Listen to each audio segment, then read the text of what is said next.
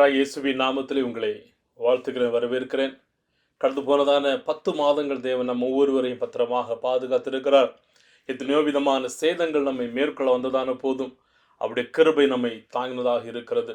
இந்த தேவன் எவ்வளவோ நல்ல தேவனாக, எவ்வளவோ வல்லவராக, நம்முடைய வாழ்க்கையிலே வாக்கு தத்தத்தில் உண்மையுள்ளவராக கூட இருந்து வந்திருக்கிறார். பலவிதமான சோதனைகள் நம்மை மேற்கொள்ள வந்தது, ஆனாலும் நம்மை விட்டு கொடுக்காமல் நம்மோடு கூட இருந்து வழிநடத்தி வந்ததான தேவனாக இருக்கிறார். நம்முடைய கிறிஸ்தவ வாழ்க்கையிலே பலவிதமான பாடுகள், பலவிதமான வேதனைகள் பெறுகிறதாக இருக்கிறது.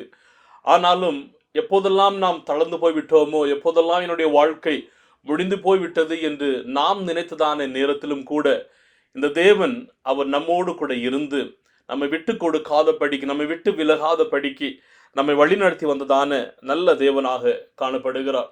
ஜனங்கள் நம்மை வெறுத்திருக்கிறார்கள், ஜனங்கள் நம்மை ஒதுக்கி இருக்கிறார்கள், ஜனங்கள் நம்மை பரியாசம் செய்திருக்கிறார்கள். ஆனாலும் அவருடைய கிருபை நம்மை தாங்கினதாக இருக்கிறது. இந்த நாளிலே விட்டு கொடுக்காத தேவன், விட்டு கொடுக்காதவர் என்கிறதான தலைப்பிலே ஒரு சில காரியங்களை நாம் வேகமாக தியானிக்க போகிறோம். யோவான் 13வது அதிகாரம் 1வது வசனம் சொல்லுகிறது, பஸ்கா பண்டிகைக்கு முன்னே இயேசு இவ்வுலகத்தை விட்டு பிதாவினிடத்திற்கு போகும்படியான தம்முடைய வேளை வந்ததென்று அறிந்து தம் இவ்வுலகத்தில் இருக்கிற தம்முடையவர்களிடத்தில் அன்பு வைத்தபடியே முடிவு பரியந்தம் அவர்களிடத்தில் அன்பு வைத்தார்.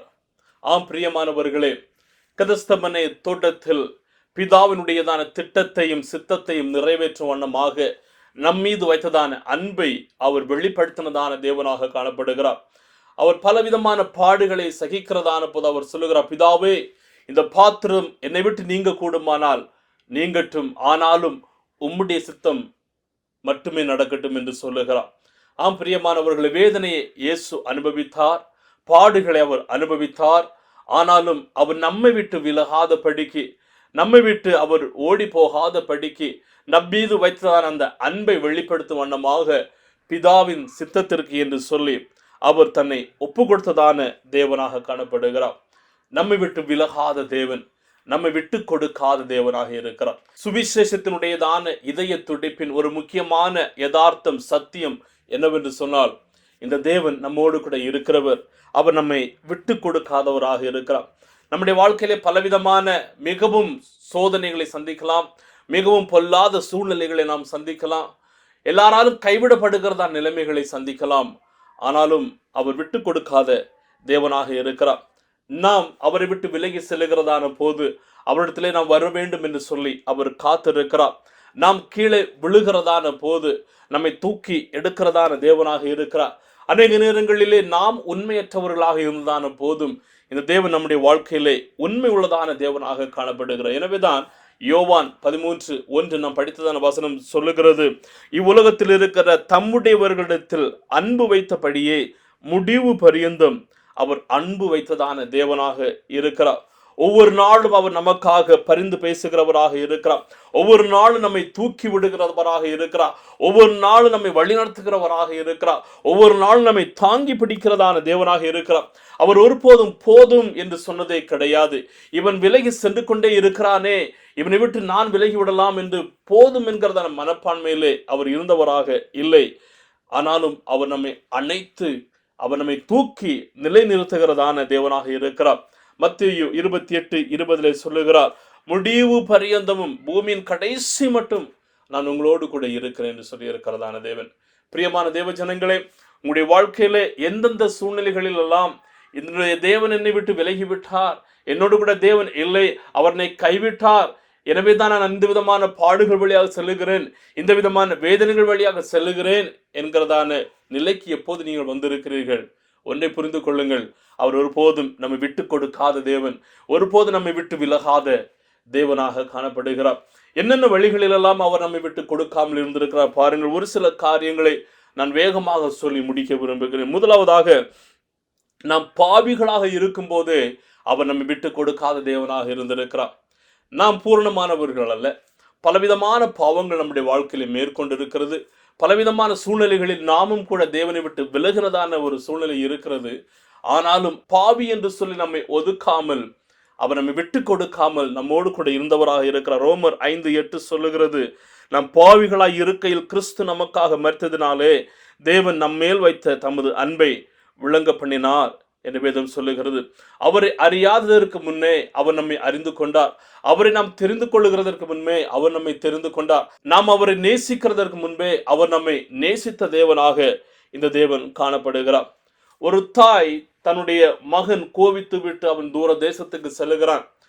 இந்த தாய் மிகவும் மன வருத்தத்திலே காணப்படுகிறார்கள். ஒவ்வொரு நாளும் இந்த மகனுக்காக அவர்கள் காத்து கொண்டு இருக்கிறார்கள். ராத்திரி வேளையிலே அவர்கள் தூங்க செல்லுகிறதான போது தன்னுடைய வீட்டினுடையதான அந்த லைட்டை ஆன் செய்து விட்டு தூங்குவார்கள். என்னுடைய மகன் ஒருவேளை வந்து விடுவான், என்னுடைய மகன் இன்றைக்கு வந்து விடுவான் என்கிறத நம்பிக்கையிலே அவனுக்காக காத்து கொண்டிருக்கிறார்கள். பல மாதங்கள் பல வருடங்கள் ஆகிறது, இந்த மகன் திரும்பி வரவில்லை. ஆனாலும் ஒவ்வொரு நாளும் இந்த விளக்கு அணையாத படிக்க அந்த லைட்டை அவர்கள் ஆன் செய்து விட்டே அவர்கள் தூங்கிக் கொண்டு அவர்கள் காத்து கொண்டிருப்பார்கள். ஒரு நாள் பல வருடங்கள் ஆனதுக்கு அப்புறமாக தன்னுடைய மகன் திரும்பி வருகிறான். மகன் திரும்பி வருகிறதான அந்த சத்தத்தை கேட்டதான போது இந்த தாய் மிகவும் ஆனந்த களிப்பிலே அவர்கள் காணப்படுகிறார்கள். அவனை முத்தம் செய்து கட்டி அணைத்து அவனை சேர்த்து கொள்ளுகிறவர்களாக காணப்படுகிறார்கள். ஆம் பிரியமானவர்களே, நம்முடைய தேவன் அவர் வெளிச்சத்தை நம்மை விட்டு ஓயாத படிக்கு நம்மோடு கூட அந்த வெளிச்சத்தை அவர் காண்பிக்கிறவராக இருக்கிறார். நமக்காக அவர் காத்து கொண்டிருக்கிறதான தேவனாக காணப்படுகிறார். ஆனா இன்றைக்கு கேள்வி என்னவென்று சொன்னால், நீங்களும் நானும் அவரிடத்திலே அந்த வெளிச்சத்திலே கடந்து வருகிறதற்கு ஆயத்தமுள்ளவர்களாக இருக்கிறோமா? உண்மைதான், பல நேரங்களிலே நாம் அவரை விட்டு விலகி இருப்போம். பல நேரங்களில் அவருக்கு நாம் கீழ்ப்படியாமல் சென்றிருப்போம். பல நேரங்களிலே அவருக்கு விரோதமாக எழும்பி இருப்போம். ஆனாலும் அவர் நம்மை விட்டு கொடுக்கவில்லை, நம்மை விட்டு விலகவில்லை. மாறாக அவர் நமக்காக காத்து கொண்டிருக்கிறவராக காணப்படுகிறார். சில நேரங்களிலே மனிதர்கள் நம்மை விட்டு விலகி சென்றிருக்கலாம், மனிதர்கள் நம்மை விட்டு ஒதுக்கி இருக்கலாம், மனிதர்கள் நமக்காக எதிராக எழும்பி இருக்கலாம். ஆனால் இந்த தேவன் அவர் நமக்காக எதிராக எழும்பாமல் நமக்காக காத்து கொண்டிருக்கிறவராக இருக்கிறார். ஏன்? நாம் பாவிகளாக இருக்கும் போதே, பாவிகள் என்று சொல்லி அறிந்ததான போது அவர் நம்மை நேசித்தவராக இருக்கிறார். அவர் நம்மை விட்டு கொடுக்காதவராக இருக்கிறார். இரண்டாவதாக பார்க்கும்போது, நாம் அவரை விட்டு வீழ்ந்ததான போதும், அவரை கைவிட்டதான போதும் அவர் நம்மை விட்டு கொடுக்காத தேவனாக இருக்கிறார். பேதுருடையதான வாழ்க்கையை பார்க்கும்போது, பேதுரு இயேசுவுக்கு மிகவும் நெருங்கினதான ஒரு சீஷன், இயேசுவை மிகவும் நேசித்ததான ஒரு சீஷன். ஆனால் இயேசுவை மறுதலித்ததான ஒரு சீஷனாகவும் அவர் காணப்படுகிறார்.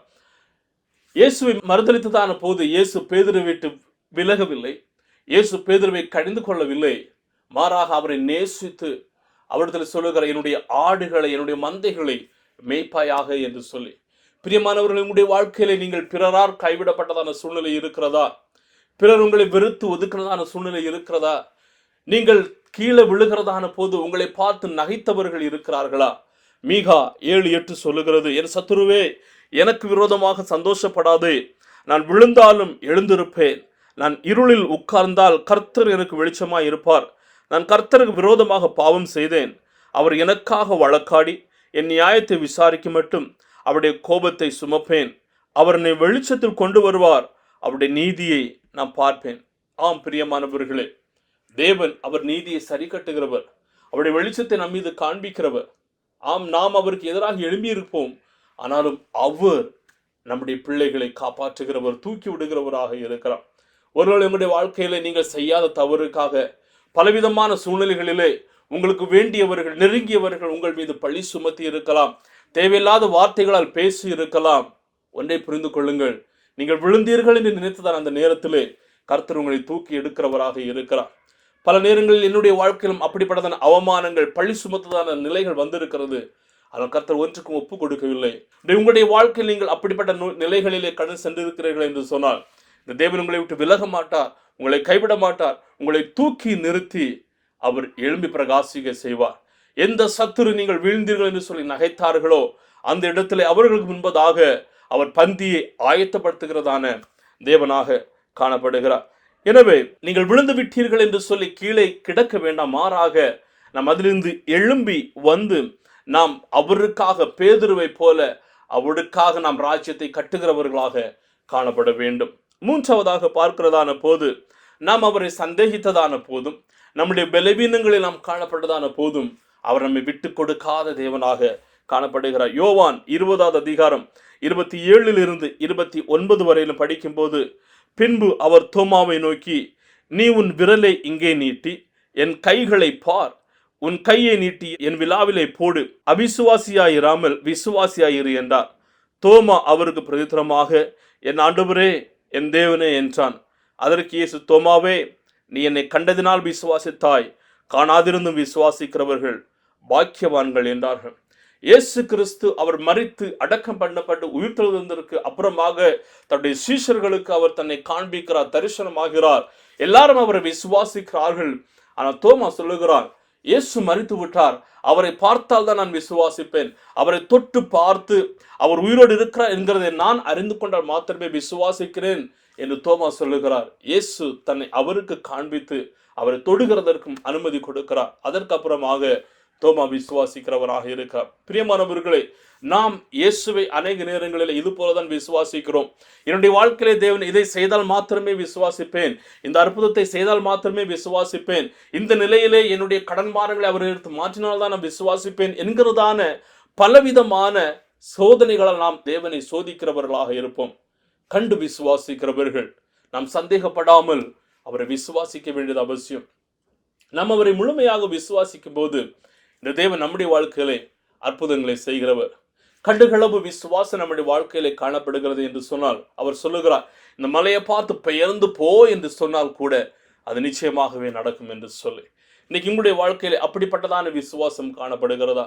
அப்படி சிறிதளவாது விசுவாசம் இருக்கிறது என்று சொன்னால் நிச்சயமாகவே நாம் அவரை ஒருபோதும் சந்தேகிக்க மாட்டோம், மாறாக அவரை முழுமையாக விசுவாசிக்கிறவர்களாக இருப்போம்.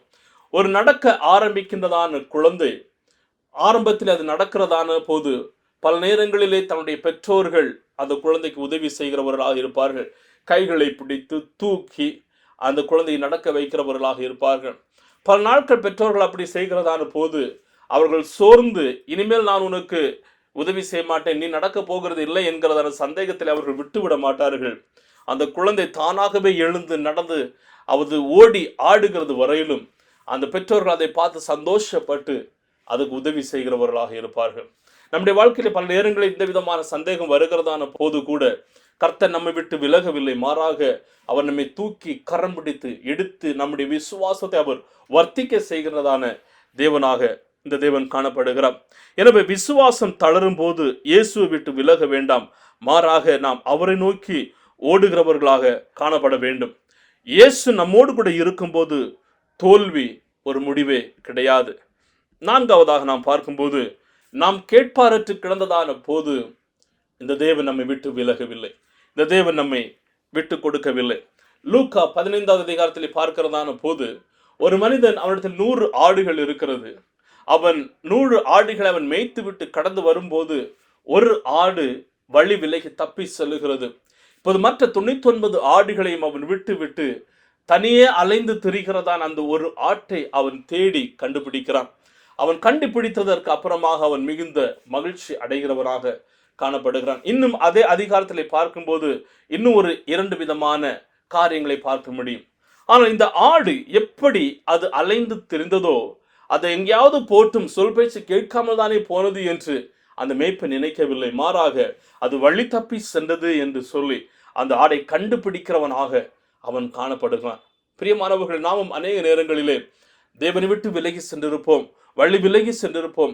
கேட்பாரற்று மேய்ப்பனில்லாத ஆடுகளைப் போல நாம் இருந்ததான போது அவர் நம்மை தேடி வந்தவராக இருக்கிறார். மத்தேயு 9:36 சொல்லுகிறது, அவர் திரளான ஜனங்களை கண்டபோது அவர்கள் மேய்ப்பனில்லாத ஆடுகளைப் போல தோய்ந்து போனவர்களும் சிதறப்பட்டவர்களுமா இருந்தபடியால் அவர்கள் மேல் மனதுருகினார் என்று சொல்லுகிறது. அருமையான தேவ ஜனங்களை, நீங்கள் இழந்து போய் இருக்கிறீர்களா? தொலைந்து போய் இருக்கிறீர்களா? சிதறப்பட்டு இருக்கிறீர்களா? இந்த தேவன் உங்கள் மீது மனதுருகிறவராக இருக்கிறார், உங்களை காண்கிறவராக இருக்கிறார். உங்களை விட்டு கொடுக்காமல், விட்டு விடாமல் உங்களை கரம் பிடித்து அணைத்துக் கொள்ளுகின்றதான தேவனாக இந்த தேவன் காணப்படுகிறார். இந்த தேவனை போல வேறொரு தேவன் இல்லை. இந்த தேவனை போல நல்ல தேவன் வேறு யாரும் இல்லை. இந்த தேவனை நாம் நாடி வந்திருக்கிறோம். அவரை நாடி வந்தவர்களை அவர் ஒருபோதும் விட்டு கொடுக்கிறதே இல்லை.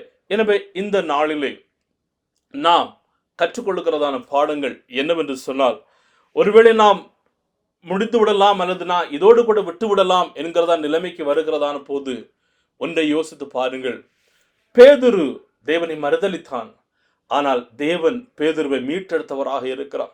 பெரிய அப்போஸ்தலனாக, ஊழியனாக அவருக்காக பெருங்காரியங்களை செய்யும்படியாக அவர் மாற்றினவராக இருக்கிறார். எனவே ஒருவேளை விட்டு விலகலாம் என்கிறதான முடிவில் வந்திருக்கிறீர்களா? விட்டுவிட வேண்டாம். தொடர்ந்து நீங்கள் செய்கிறதை செய்து கொண்டே இருங்கள். கர்த்தர் வாய்க்க செய்கிறவராக இருக்கிறார்.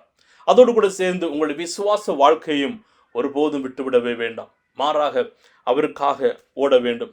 ஒருவேளை உங்களை யாரும் நேசிக்கவில்லை என்கிறதான நிலையில நீங்கள் காணப்படுகிறீர்களா?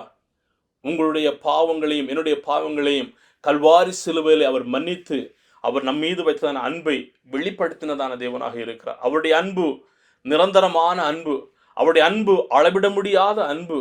அவர் அந்த அன்பை கல்வாரி சிலுவையிலே நிரூபித்தவராக காணப்படுகிறார். எனவே உங்களை நேசிக்கிறதற்கு ஒருவர் உண்டு. நீங்கள் தனிமையிலே உணர்கிறதான போது ஒன்றை புரிந்து கொள்ளுங்கள். நீங்கள் தனித்து விடப்பட்டவர்கள் அல்ல. மாறாக நான் உங்களோடு இருப்பேன் என்று சொன்னதான் இந்த இயேசு முடிவு பரியந்தம் உங்களோடு கூட இருக்கிறவராக இருக்கிறார். நான் கீழே விழுந்தேன், என்னை பார்த்து நகைக்கிறார்கள், பழி சுமத்துகிறார்கள், எனக்கு உதவி செய்கிறதற்கு யாரும் இல்லை என்கிறதாவது நிலைமையில இருக்கிறீர்களா? தேவன் உங்களோடு கூட இருக்கிறவர். அவர் உங்களை பழி சுமத்துகிறவர் அல்ல, மாறாக உங்களை பராமரித்து காப்பாற்றுகிறதான தேவனாக காணப்படுகிறார். கீழே விழுகிறதான போது நம்மை தேடி வந்து தூக்கி எடுத்து நிலைநிறுத்துகிறதான தேவனாக இந்த தேவன் காணப்படுகிறார். இயேசுவின் அன்பு நிபந்தனையற்றதும் உணர்ச்சியால் மாறாததும் காலத்தால் குறையாததுமாக இருக்கிறது. அது நித்தியமானதும் நிலைத்திருப்பதும் அசைக்க முடியாததுமாக காணப்படுகிறது. 2 தீமோத்தேயு 2:13 சொல்லுகிறது, நாம் உண்மை இல்லாதவர்களாய் இருந்தாலும் அவர் உண்மையுள்ளவராய் இருக்கிறார். அவர் தம்மைத்தாம் மறுதலிக்கவே மாட்டார். இந்த இயேசு நம்மை விட்டு கொடுக்காதவர். இந்த இயேசு நம்மை கைவிடாத தேவனாக காணப்படுகிறார். எனவே அருமையான தேவ ஜனங்களே, உங்களுடைய பாதை சற்று தடுமாறுகிறதை போன்று இருக்கலாம். ஆனால் நீங்களும் நானும் செய்ய வேண்டியது என்னவென்று சொன்னால், இந்த விட்டு கொடுக்காத தேவனிடத்திலே கடந்து வர வேண்டியது அவசியம். அவரிடத்திலே கடந்து வந்து நம்முடைய வாழ்க்கையை அவரிடத்திலே அர்ப்பணிக்க வேண்டியது அவசியம்.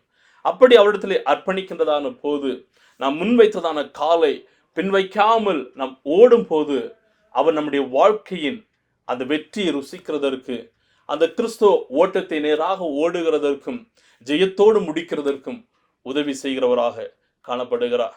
விட்டு கொடுக்க மாட்டார், கைவிட மாட்டார், விட்டு விலக மாட்டார். ஏனென்று சொன்னால், இவர் நம்மை தேடி வந்ததான தேவன், நம்மை அணைத்துக் கொள்ளுகிறதான விட்டு கொடுக்காத தேவன். கர்த்ததாமே நாம் ஒவ்வொருவரோடும் கூட இருப்பாராக. உங்களுடைய வாழ்க்கையின் சூழ்நிலைகளை நீங்கள் பார்த்து கலங்கி போக வேண்டாம். உங்களுடைய வாழ்க்கையிலே கைவிடப்பட்ட நிலைமையில இருக்க என்று சொல்லி துவண்டு போக வேண்டாம். மாறாக என்னை மீட்டுக் கொள்ளுகிறதான, என்னை விட்டுக் கொடுக்காத தேவன் இருக்கிறார் என்கிறதான நம்பிக்கையிலும் விசுவாசத்திலும் அவருடைய சமத்திலே கடந்து வாருங்கள். அவர் உங்களை ஆதரிக்கிறவராக இருக்கிறார். கர்த்ததாமே உங்கள் ஒவ்வொருவரோடும் கூட இருப்பாராக. தேவ கிருபை, தேவ பிரசன்னம் உங்களோடு இருக்கட்டும். உங்களுக்கு ஏதாவது ஜெப தேவைகள் இருந்தால் நீங்கள் எங்களை அணுகும்படியாக கேட்டுக்கொள்கிறேன். உங்களுக்காக நாங்கள் ஜெபிக்கிறதற்கு ஆயத்தமாக இருக்கிறோம். கர்த்ததாமே உங்களோடு இருந்து உங்களை வழிநடத்துவாராக. ஆமேன், ஆமேன். God bless you.